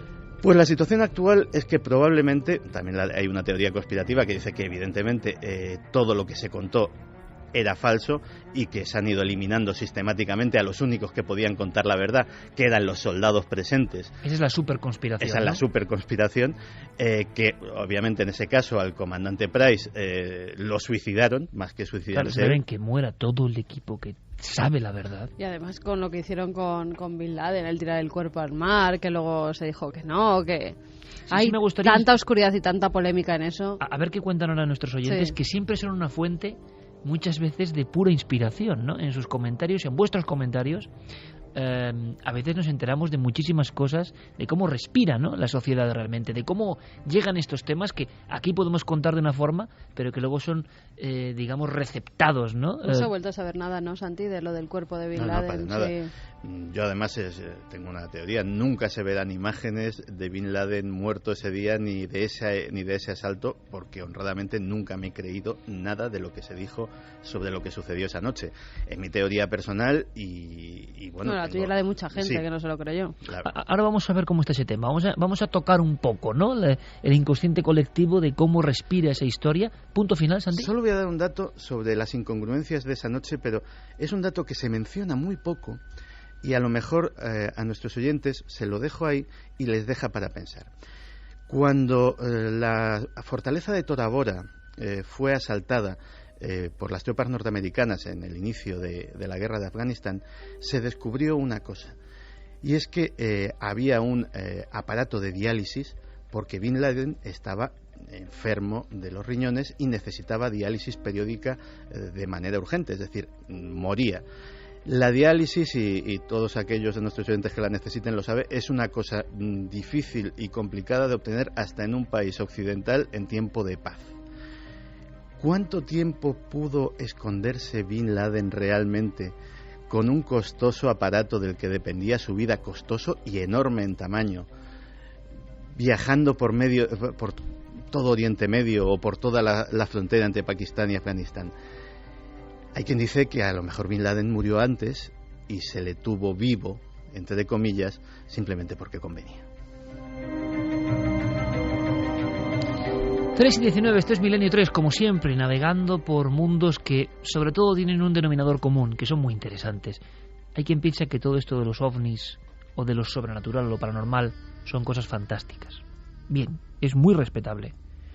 Pero cuando uno va al meollo de noticias que dan la vuelta al mundo y que configuran nuestra forma de sociedad, es decir, las cosas que pasan realmente, por desgracia, en las guerras, en los acuerdos políticos, en las historias de las grandes industrias, en las historias de la alimentación, cuando uno va a las noticias, entre comillas, con marchamo de pura realidad, nada de fantasía, se da cuenta que precisamente lo que nos parece, o les parece a algunos más misterioso, más bizarro, más increíble, palidece comparándolo con el auténtico misterio que hay en las noticias de las portadas de todos los días.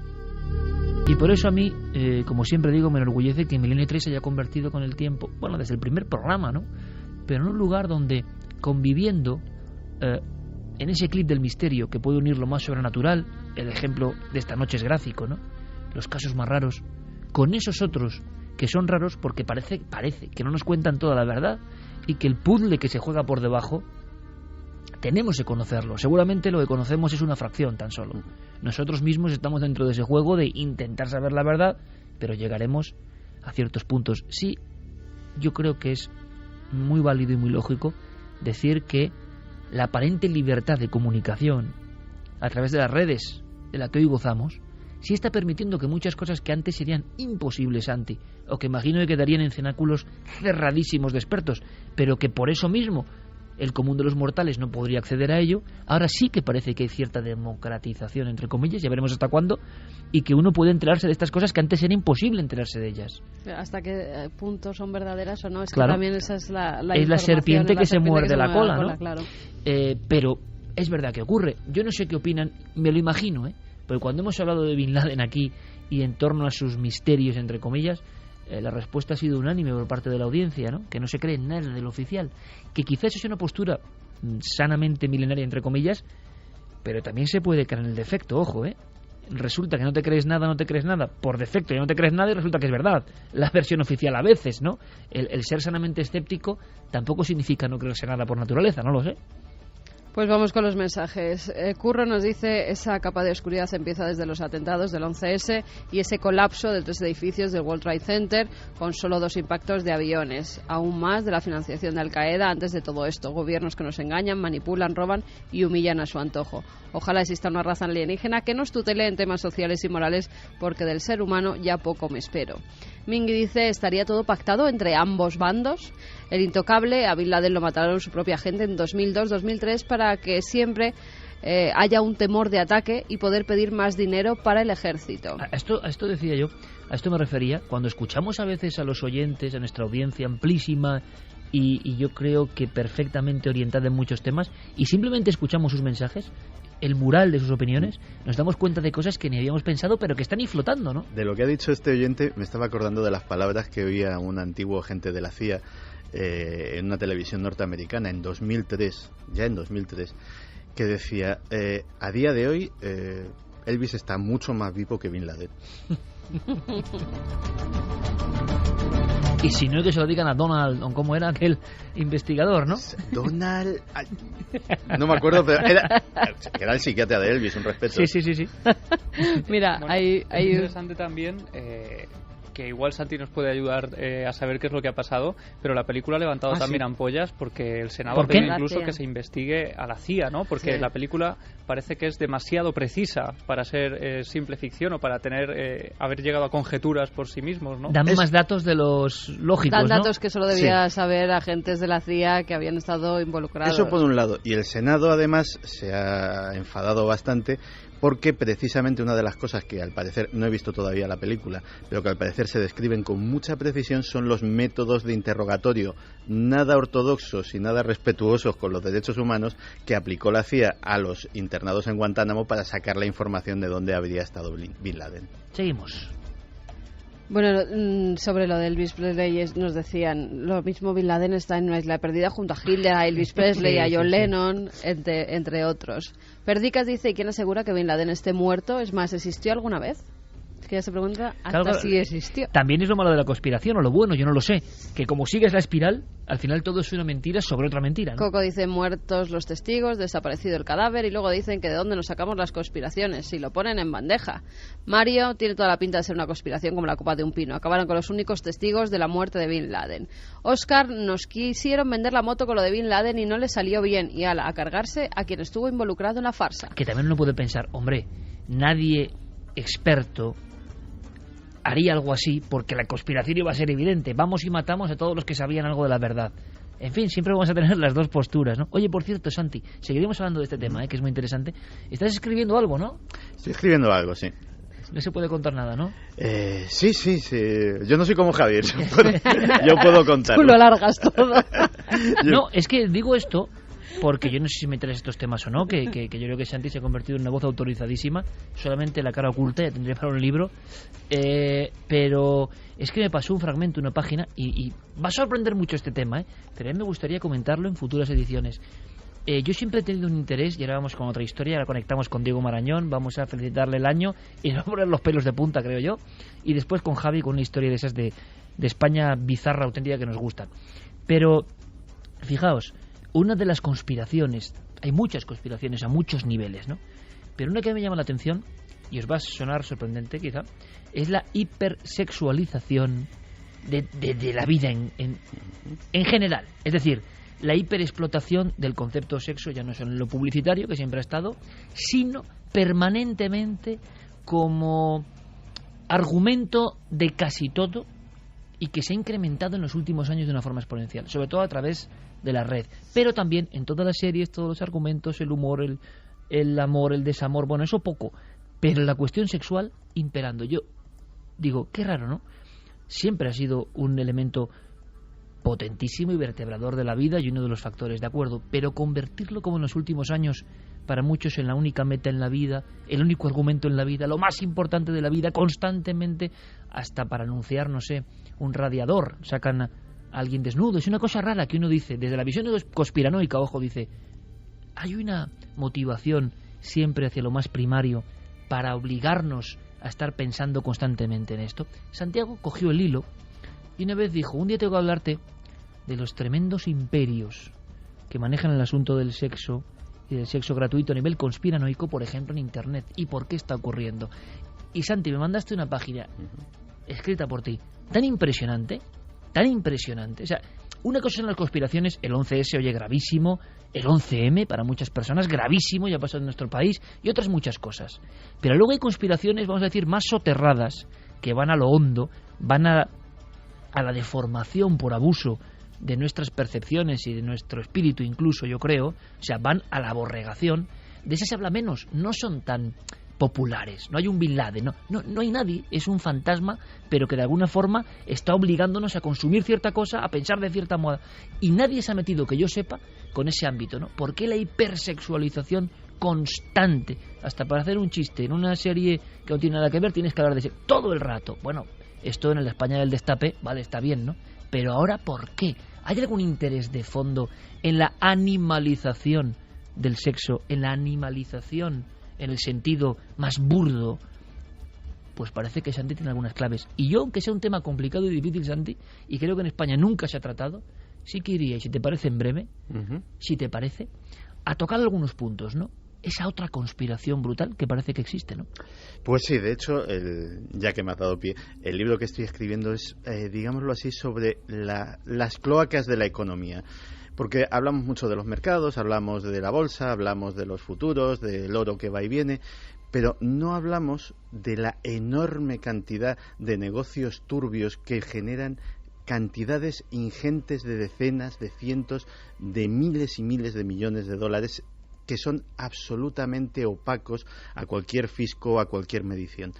Lo que decías tiene que ver, por ejemplo, con cómo las mismas mafias que controlan el tráfico de personas, el tráfico de mujeres del este a países como los occidentales, como Israel, que es un grandísimo receptor de esclavas sexuales de origen eslavo, cómo esas mismas redes están en una gran mayoría detrás de un fenómeno que llama la atención, porque uno dice, bueno, ¿y ahora por qué la pornografía es gratis? ¿Por qué algo que antes era relativamente difícil de conseguir, que requería pasar cierta vergüenza a la hora de pedírselo al kiosquero o de entrar en un sex shop, y que por supuesto costaba dinero, poco, mucho, costaba algo, ahora es absolutamente gratis? Pues una de las cosas que descubrí es que detrás de ese sexo gratis muchas veces están esas mismas redes que nutren de prostitutas a los burdeles clandestinos, prostitutas esclavas, que la que quiera ejercer la prostitución es una profesión que yo siempre he considerado tan digna como cualquier otra, pero obtener a una mujer amenazada para practicar sexo es esclavitud pura y dura. Pues esas mismas redes de esclavistas son precisamente las que sostienen muchas de esas páginas web. ¿Y para qué? ¿Por un beneficio económico, por la publicidad? No. Eso nos lo contarás otro día, ¿te parece? Vale. Porque yo creo que hay muchas claves, y yo voy más allá todavía.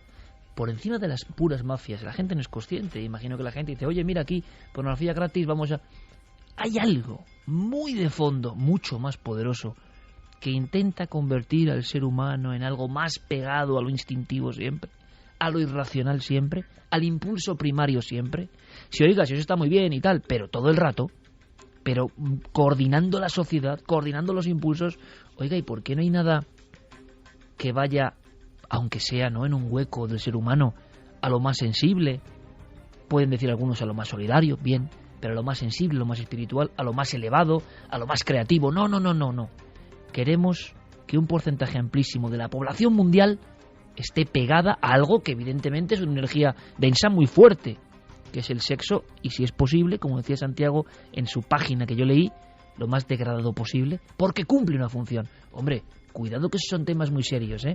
Y tan tabú que nadie os lo va a contar, excepto Milenio 3. Pues un día hablamos de eso y saldrá este tema. Hablaremos de por qué hay un índice de muertes violentas enorme en la industria del porno estadounidense, y hablaremos de cómo la publicidad y una forma de entender la publicidad ha tenido mucho que ver en esa situación que describes. Mira, a mí Santiago Camacho, en esas conversaciones de redacción que son apasionantes, me puso los pelos de punta, porque hablamos de muchas cosas. Y yo le dije, bueno, Santi, tú que has estudiado publicidad, ¿por qué nos deforman el cerebro? ¿Por qué nos dejamos deformar el cerebro? ¿Por qué el ser humano, que tiene unas capacidades y hoy en día un alcance mayor que en el gran tramo de la historia, por qué ahora nos pretenden convertir casi en bestias? ¿Por qué? ¿Por qué? Y Santi se fue hasta los Mad Men, los creadores de publicidad de los años 50. Mirad, amigos, si os apetece, si queréis, me lo podéis decir en las vías de contacto, si creéis que es un tema de misterio, ¿no? Para mí sí. Es decir, los que manejan los hilos y cómo quieren deformarnos la cabeza. Todo empieza en los años 50 y digo, esto es una historia maravillosa y terrorífica al mismo tiempo. Bueno, sobre todo terrorífica, porque no nos damos cuenta y nos hemos convertido en simples consumidores al albur de estas líneas, ¿no? Si uno no hace ciertas cosas, si no compra otras, si no piensa de esta forma, ya no entra en el redil. Ya estás fuera. Bueno, pues vamos a contarlo, Santi. Lo haremos. Te emplazo a ese monográfico que va a levantar ampollas. Y nosotros, de inmediato, y por supuesto recibimos todo tipo de informaciones, y si a alguien le interesa o cree que no debemos contar eso, pero a mí me impresionó mucho ese texto de Santiago y fue simplemente una página. Pero dije, hombre, aquí alguien mete el dedo en la llaga, ¿no? La deshumanización absoluta a través de ciertos reclamos infalibles, ojo. Incluso poniendo Milenio 3, a determinadas personas le pones la pornografía gratis y van a la pornografía gratis. Lo sabemos muy bien en la televisión, ¿no? Es decir, estás haciendo un gran programa, pero te ponen una peli... Lo llevas claro. Es decir, un reclamo muy poderoso. ¿Se está empleando bien? ¿Se está empleando lógicamente? ¿O hay algo detrás? Lo analizaremos.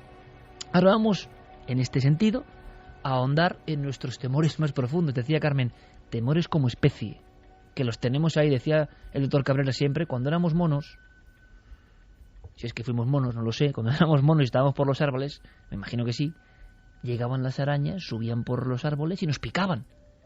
Y de entonces, dicen algunos, en nuestro cerebro reptiliano más profundo, ha quedado un temor a un animal que, salvando algunos casos concretos, la viuda negra, o una gran tarántula, o la migala, pues no son tan peligrosos, ¿no? Pero en nuestra mente hay como un rechazo muy fuerte. Vamos a hablar de esos animalitos.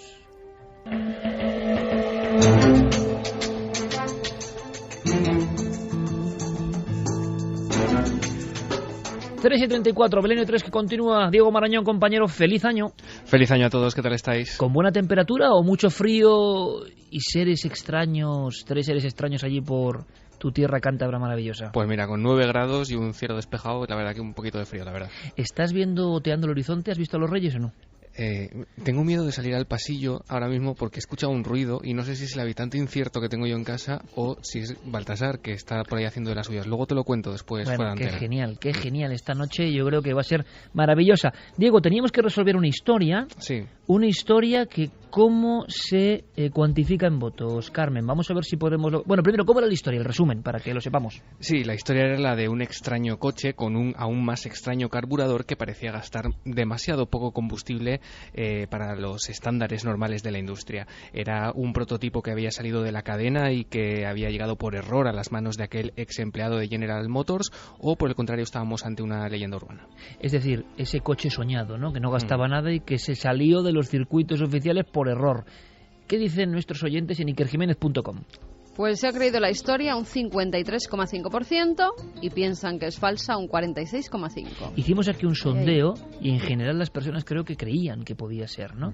53% sí, es verdad. Este coche que no gastaba existió. Diego. Bueno, pues oficialmente tenemos que decir que la historia es falsa. ¿Pero por qué? Porque no tenemos ni una sola prueba consistente de que esto sea así. Sin embargo, Iker, y esto debería ser también tema a lo mejor para un próximo Milenio 3, deberíamos ahondar en la historia de un hombre llamado Charles Nelson Pogue, que registró varias patentes Santi en Canadá. Asiente, eso da un poco de miedo, ¿eh? Cuando decís uno nombres, de sus amigos. pero nombres que nadie comprende, lo dice Diego y Santi simplemente asiente en silencio. Fíjate si tenemos conexión, digo yo, que cuando estaba dudando de quién era el doctor de Elvis, automáticamente aparece en Twitter Donald Hinton. Que Diego es un misterio en sí mismo, pero a mí cuando Santi asiente sin más me da un poco de miedo también, ¿no? ¿Qué clase de personaje es este, Diego? Bueno, pues este hombre, como te digo, era una especie de inventor, ¿no? Que registró varias patentes en Canadá, sobre todo entre los años 1928 y 1935. Entre esas patentes, en teoría, según lo que se cuenta, estaba la de un carburador que supuestamente evaporaba por completo la gasolina. ¿Qué hacía esto? Pues que conseguía explotar de manera mucho más eficaz el combustible. Esas patentes fueron, también te digo, en teoría, estudiadas por especialistas de una revista canadiense, y se dice que el estudio de Pogue, de este hombre, fue asaltado por varios ladrones que habrían robado esos carburadores y el trabajo de estudio, el análisis previo.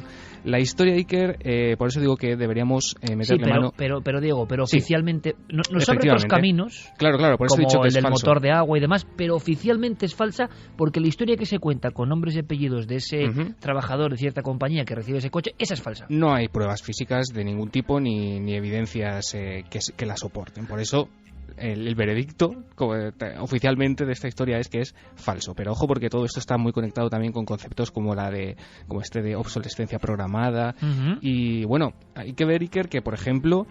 esto será falso, pero la historia verdadera que ha salido infinidad de veces en los medios es la de, por ejemplo, esa bombilla que lleva encendida desde 1901 en una estación de bomberos en California. O sea que ya veremos. Y de todas formas, oyentes del programa como Alejandro Pérez, que han estado metidos en el asunto este de los carburadores, me contaban historias que te podrían dejar básicamente helado. Y él decía que nos sorprendería lo cerca que puede estar la realidad del caso que contaba. Oye, pues ya estamos contactando con el Diego y hacemos algo, porque me interesa, porque muchas veces el créelo o no puede quedarse solo en una viñeta curiosa, sino que nos abre puertas a mundos que desconocemos. Pues lo haremos si él quiere, y además yo me gusta agradecer también a la gente porque todas las semanas llegan testimonios y ayuda, ¿no? Que pretenden echar un poco de luz a todos los casos que proponemos. Es más, nos había llegado un testimonio también de una persona que trabajaba en la cárcel, en Tenerife, y que se encarga de, en cierta forma, de cuidar, entre comillas, a la persona que acabó con la vida del que estaba bajo el colchón.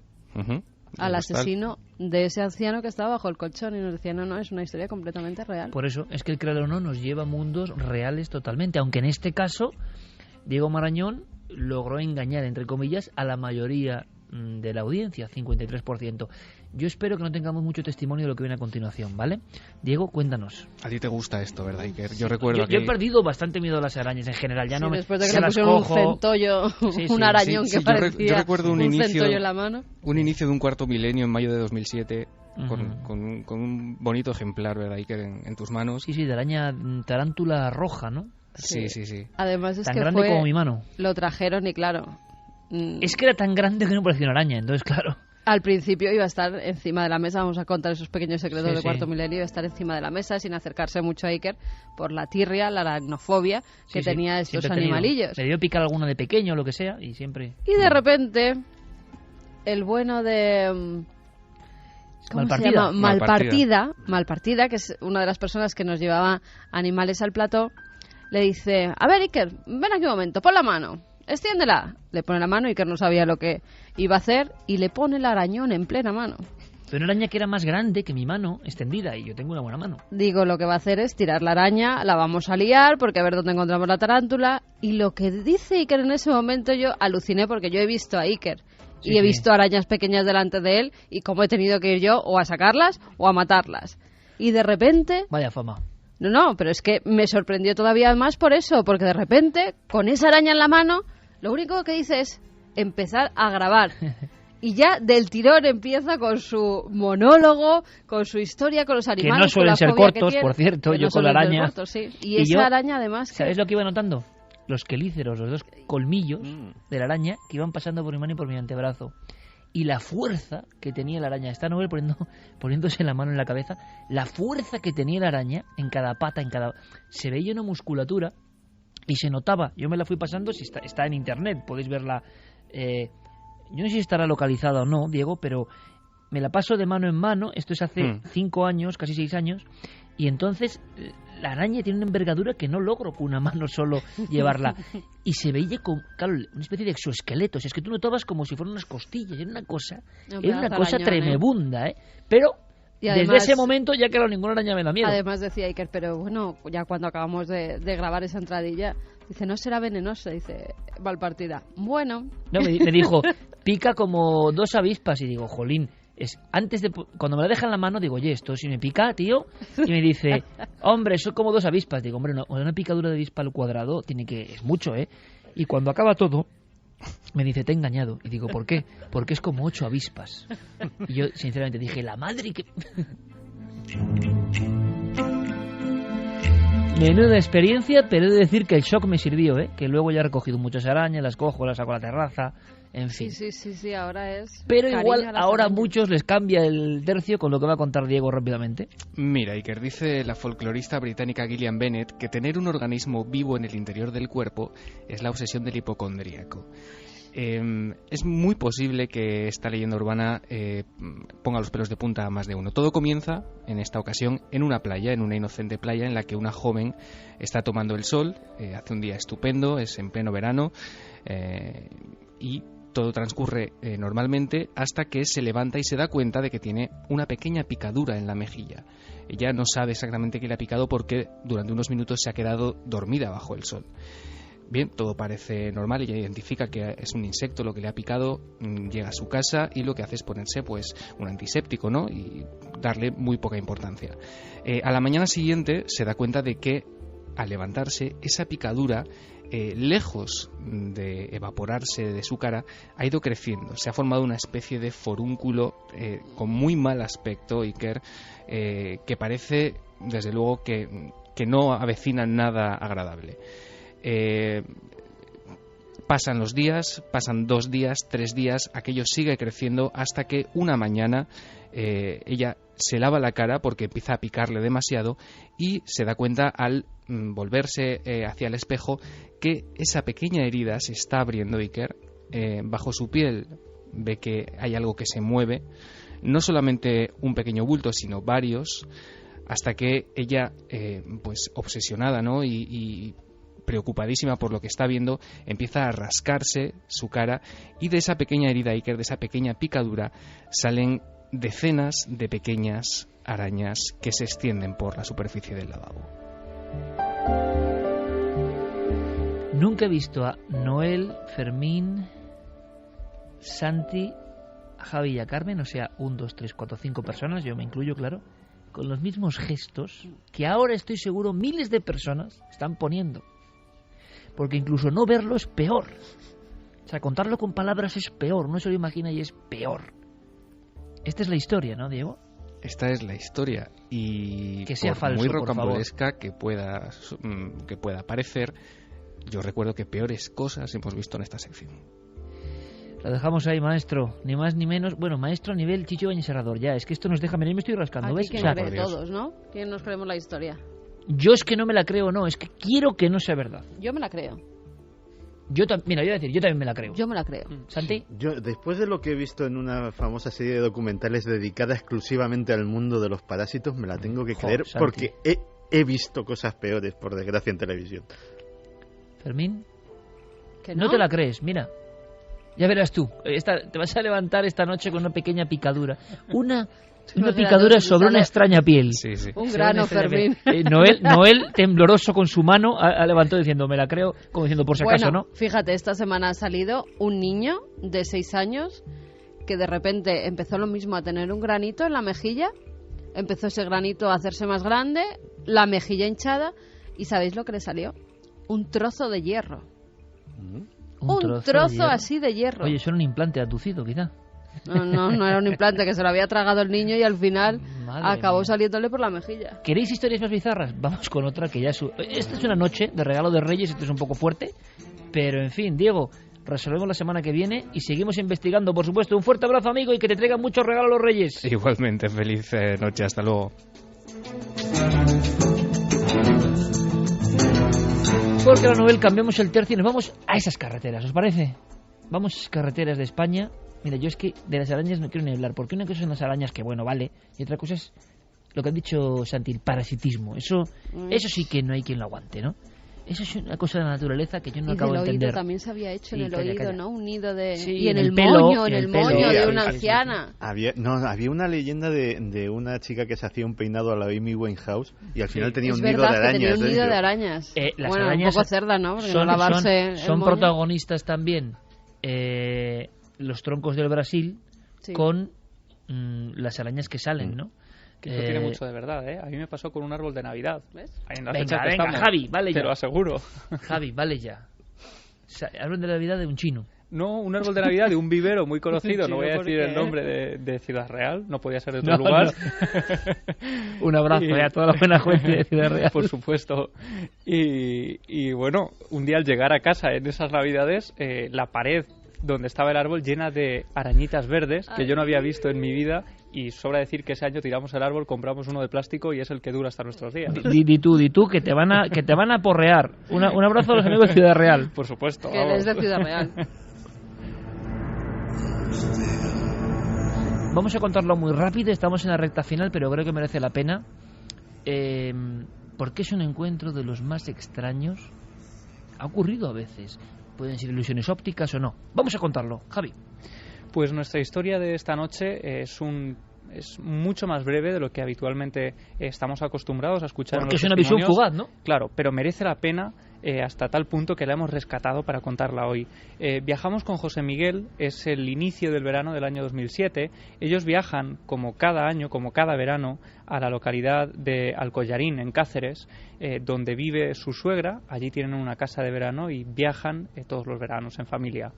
Ellos se dirigían desde Madrid por la carretera en coche, viajaban 3 personas en el interior de ese vehículo, y cuando llegan a una zona muy concreta, pasando el pueblo de Abertura, en esa parte hay una carretera que es muy diferente a todo lo que habían estado viendo anteriormente. Era una carretera completamente recta, pero allí llega una curva y de repente, en medio de esa carretera, aparece algo.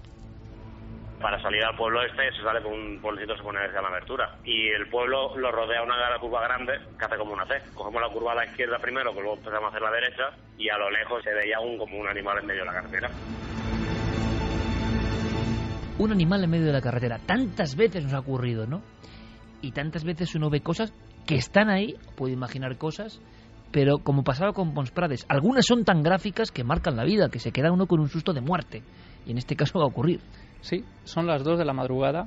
Efectivamente, los faros del coche iluminan ese bulto de algo que está agazapado en medio de la carretera, algo inmóvil que parece estar respirando muy despacio, que parece estar casi acechándolos, porque en ningún momento intenta moverse ni desplazarse del carril. Es más, es nuestro testigo el que tiene que mover el coche, casi pegando un volantazo, y es en ese instante como si no tuviese miedo del coche, ¿no? Claro, como si estuviera ahí esperándolos casi, y en ese instante, cuando los faros del coche iluminan directamente la cara de ese ser a escasos centímetros del coche, se dan cuenta de algo que los deja completamente atemorizados.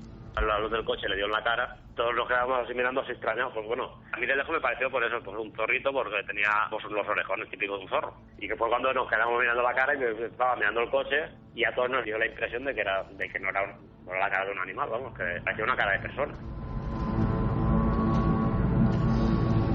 cara de persona, que no es la primera vez que yo he escuchado una historia similar, que para algunos puede tener explicación con algún tipo de animal escapado, pero ¿cómo impacta a la gente en mitad de la noche? Y no es la primera vez que escucho esto, ¿eh? Seguimos, Javi. Él la describe, y no solo él, sino las 3 personas que van a bordo de ese coche, en esa visión fugaz que dura entre 5 y 10 segundos aproximadamente, como un ser de escasas dimensiones. Él dice del tamaño de un Yorkshire más o menos, un perro pequeñito, que respira ajetreado. Y que está como acurrucado en mitad de la carretera. El ser está acurrucado y de repente cuando él ve que el coche se le abalanza encima, mira hacia la dirección donde viene este vehículo y descubren que ese ser tiene nariz humana, tiene boca humana, tiene ojos con una mirada totalmente humana, y en ese instante, presas del pánico, deciden parar el coche para ver qué es ese ser. Me tocó esquivarlo porque totalmente clavado en medio del carril y de ahí no se meneaba. Vamos, que si no lo esquivo me lo como. Paré y me dijeron, ¿qué hace? Digo, pues a ver el animal, porque no lo habéis visto. Sí, tenía la cara muy rara. Pues verle, enfocarle con la luz, verlo, esquivarlo. Yo ya miré por el retrovisor, frené, y como las luces rojas alumbraban la carretera, yo no veía nada ya. No sé si estaría, o se fue, o a lo mejor porque era de noche. Yo estoy convencido que tenía cara de persona. Claro, estos son los focos que deforman la realidad del animal, pero no lo sé, queda tan gráfico, y repito, no es la primera vez, ¿eh? Hay un tipo de simio, por ejemplo, que da este efecto en la noche, y se han hecho algunas pruebas de cara absolutamente humana. Imaginaos un simio escapado de algún lugar y que se queda ahí postrado. Ahora, el impacto y el susto, decíamos, lo haremos en otra ocasión porque no tenemos tiempo, pero hay casos en la casuística española, valga la redundancia, que se han relacionado con apariciones raras, con realmente de una bizarrez que supera esto. Incluso, por ejemplo, hay un incidente en el año 1961, fijaos si nos remontamos en el tiempo, Puerto de Barázar, en la zona cercana del Gorbea, entre Vizcaya y Álava, y un transportista asegura que ha visto una especie de animal acurrucado que le parece algo que tiene como tentáculos, como si fuera una especie de pulpo o algo similar, y que le produce un espanto brutal que hace que el camión se despeñe, y queda como un caso clásico que no se ha resuelto muy bien. En Cantabria hay un suceso de alguien que ve a una especie de soldado o de palo, casi no tiene ni forma humana, tocado con una especie de capirote, todo esto envuelto en un brillo, no es ni animal ni humano, y no se aparta del carril, y es el coche el que tiene que, en el año 1977. Hay casos de esta bizarrez absoluta que no sabemos ni qué son, pero bueno, que supera todo lo concebible, ¿no? Lo lógico es que sea una especie zoológica que... Bueno, un caso teratológico a lo mejor, con alguna deformación, porque fíjate, hace poco me mandaban desde Venezuela una fotografía de un ser que había nacido y le pasaba lo mismo. Tenía la cara completamente humanizada. Lo que pasa que no suelen vivir. Lo extraño es que aunque por la descripción que hace parece que estaba moribundo, que estaba en muy malas condiciones, al estar así en la carretera y que le costaba respirar, según ha dicho el testigo, puede ser un caso teratológico. Pero fíjate, es muy extraño porque suelen nacer muertos. Claro, pero fíjate qué impresionante, ¿no? Una cosa que puede dar miedo, una visión que es horrible, una cosa que horripila a quien es testigo de ella, un ser con cara humana. De pronto, Carmen, cuenta 2 frases y lo que sientes es lástima, porque puede ser un animal real, moribundo, perdido. Seguramente sus congéneres no lo quieren ya, suele pasar con esto. Ahí la naturaleza es muy terrible y lo dejan solo, y tampoco sabe lo que es un coche, y puede ser un muy terrible y muy sabia, porque la mayoría de ellos no tienen posibilidades de vivir. Y se queda ya acurrucado esperando un poco la muerte, ¿no? Y ha pasado. Sí, en este caso, bueno, el animal o lo que fuera aquello, en el momento en el que ellos paran el coche y bajan a ver, a comprobar qué era, él ya se ha marchado de allí, como si se hubiera asustado quizá o se intentara esconder de ellos. Pero es cierto que este tipo de avistamientos de parece casi felinos con cara de animales, yo recuerdo haber leído precisamente hace un par de semanas en un libro, El enigma de las extrañas criaturas, de John Keel, mítico. Habla de algunos avistamientos de ese tipo en los años 70 en Massachusetts y en algunas regiones de Estados Unidos, donde se describen seres prácticamente idénticos a este zorro con cara humana. Es un tema muy interesante, muy curioso, muy impactante, y que, repito, queda en los archivos, será lo que sea. Pero ahí está uno de los últimos casos, contado como siempre trae Javi Pérez Campos en la voz directa de los que han vivido este misterio. Y lo que lanzamos ahora es, por favor, si vosotros, amigos, habéis tenido una experiencia de este tipo, nos interesa conocerlo, ya podéis escribirnos a las vías de contacto. Terminamos. Última recta para los mensajes. Por cierto, Javier, que presentamos el libro En busca de lo imposible. Sí, vamos a presentarlo mano a mano el 17 de enero en la FNAC de Callao a las 7:30 de la tarde. Estaremos contigo, con Carmen, con muchos amigos del programa que ya me han confirmado que van a estar por allí, y vamos a hablar de En busca de lo imposible, de ese libro que he sacado con Oberón ahora y que bueno, que me consta que muchos, que los Reyes Magos y los pajes lo están llevando esta noche en sus sacos. Eso ojalá, ¿no? Ojalá los lleve y mucha gente se enamore de los misterios y de las aventuras que cuenta nuestro compañero y que recordaremos seguro en esa tarde, día 17 de enero, ¿no? Sí, 17 de enero, jueves. ¿Jueves o viernes? Sí, jueves. Jueves 17 de enero en la FNAC en Callao, en pleno corazón de Madrid. Quienes queréis venir, ahí va a estar gran parte del equipo, pues un poco escoltando a nuestro reportero Javier Pérez Campos. Últimos mensajes. Bueno, mucha gente nos lo está recordando. Un saludo para la familia de ese niño que desgraciadamente ha perdido la vida en un accidente en la caravana de Cosas Reyes. Tremendas, ¿no? ¿Cómo pueden pasar estas cosas? Por cierto, un niño de 6 añitos. Yo lo pensaba, y pensaba decirlo al final, pero ya me das pie. Nosotros no nos olvidamos, y me gustaría este programa dedicarlo no solo a la niña de Almería de la semana pasada, que no nos olvidamos, sino a todos los niños que sufren, todos los niños que no van a poder tener reyes esta noche, por ejemplo, ¿no? Por determinadas circunstancias, pero yo creo que los reyes van a hacer el esfuerzo de, aunque sea con un detalle, llegar, ¿no?, a todo el mundo. Pero todos esos niños que no pueden ni alcanzar ese sueño o que están en lugares del planeta y del país, también hay que decirlo, ¿no?, pasándolo muy mal. Y la historia de la semana pasada, gracias de nuevo, lo digo, por todo ese eco del texto de Sagradamente Humano que podéis encontrar en ikerjiménez.com, y que no nos olvidamos, ¿no?, y que en una noche como esta pues tienen que estar presentes todos los niños, que evidentemente son sagrados. Nuestros últimos mensajes. Vamos con los últimos mensajes. Lo de las arañas impacta mucho. Claro, normal. Esther García dice: me lo creo, existe una mosca que te pone el huevo en una picadura, la larva va comiéndote la carne y cuando ya está formado sale un gusanazo enorme al exterior. Uno no, varios. Por Dios. Anselmo dice: el metal puede moverse por el cuerpo. A mi abuelo le amputaron un brazo en la guerra civil y en los 90 le sacaron metralla por el talón de un pie. Gisela: yo en Impacto TV vi que a alguien se le había metido la larva entre los dedos de los pies y allí fue creciendo hasta que un día tenía que salir. ¿Qué cara pone Noel? Es una cara de... vamos. Chari: en las carpinterías también se encuentran muchos bichos raros por las maderas transportadas. Dice Charlie: por algo checo la recámara antes de dormir. Es decir, por algo veo que no hay nada en la habitación antes de irme a la cama. El intocable: recordad que las arañas están en el mundo antes que nosotros y que seguirán cuando nosotros ya no estemos. Soñador dice: hola Iker, a mí me colocáis una tarántula en la mano como a ti y me da un infarto. Adiós. Eso Cancela. pensaba yo, pero no. Cancela, dice Iker, eres un valiente, yo tiro la araña al quinto pino. Aracnofobia: yo convivo en mi cuarto con mis 4 preciosidades y son 4 tarántulas. Bocanegra nos lo decía. Bueno, pues a menos que ustedes las bien, que no se vayan luego por los desagües y todo eso, como suelen hacer. Sí, o por las casas de vecinos. Exacto, ¿no? exacto. Más que nada en el portal. Por el susto. Oye, la tarántula conmigo se portó genial, Seguramente si la tarántula no hace nada, ya no te hace nada. Pero claro, es impresionante. Bueno, a ver esta noche cómo dormís. Porque Elmo nos dice que algunas personas dicen que tragamos hasta 30 arañas al año sin darnos cuenta. Que nos tragamos 30 años. Sí. Bueno, fantástico. Bueno, yo cuando era motorista me tragué moscas. Sí, pero moscas, bueno. Pero arañas, es que son un depredador diferente, ¿no? Aunque pues sea... nada, a dormir con un que esparadrapo en la os boca. traigan muchos regalos. Los Reyes seguro que están trabajando sobre estas todo horas que traiga a destajo. salud, que es sí. lo que tienen que traer, que en estos Claro que tiempos sí. lo más importante es la salud para todos. Y a ver si el 2013 para todos va todo mucho mejor. Esa esperanza tenemos. Mañana en Cuarto Milenio unas imágenes impresionantes y creo que nunca vistas en nuestro país. Los cirujanos psíquicos. Hay una leyenda, el famoso brasileño ya muerto en extrañas circunstancias de Arrigo, que operaba los ojos, las cataratas, con un cuchillo oxidado y en trance. Bueno, vamos a ver esas imágenes.